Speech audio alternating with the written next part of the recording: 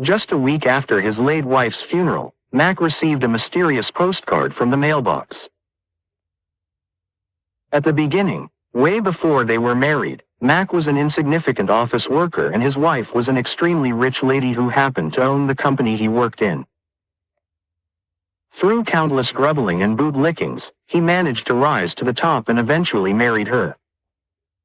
And a year later, his wife died under his machinations. The police had no evidence nor suspicions of his murder. So the case was closed with the conclusion that she died of coronavirus. Mac was happy that he could finally have the mansion and her fortune all to himself. Anyway, back to the story. The postcard Mac received was blank. "Hi, honey, how are you?" These were the words written at the back and it had his wife's signature. On the second day, Mac received another mysterious postcard. This time, it showed him a picture of several grotesque-looking monsters. At the back was written, "Hey, it's so fun down here. I hope you will join us." Coincidentally, it so happened that Halloween was around the corner and Mac thought that it was most probably some prankster who had taken a photo of some people cosplaying as zombies and vampires in Lan Kwai Fong. And some day later, another postcard came and it was a selfie showing a red muscular guy with a thin long mustache and huge horns. Next to him was a lady who looked exactly like his wife. At the back was written, "Look.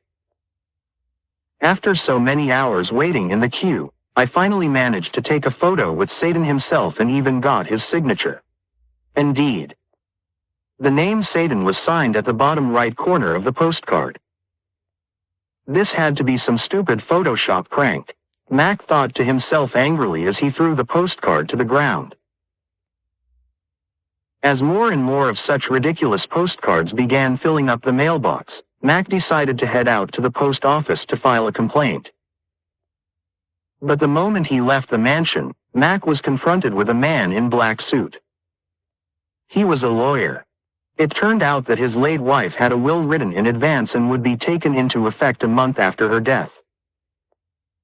According to the will, all her fortune, including the mansion, would be donated to charity. Thus, Mac lost everything and got kicked out of the mansion. As angry as he was, Mac decided to go to the cemetery and planned to rob her grave. He thought that at least he could get something out of it, like pieces of valuable jewelry.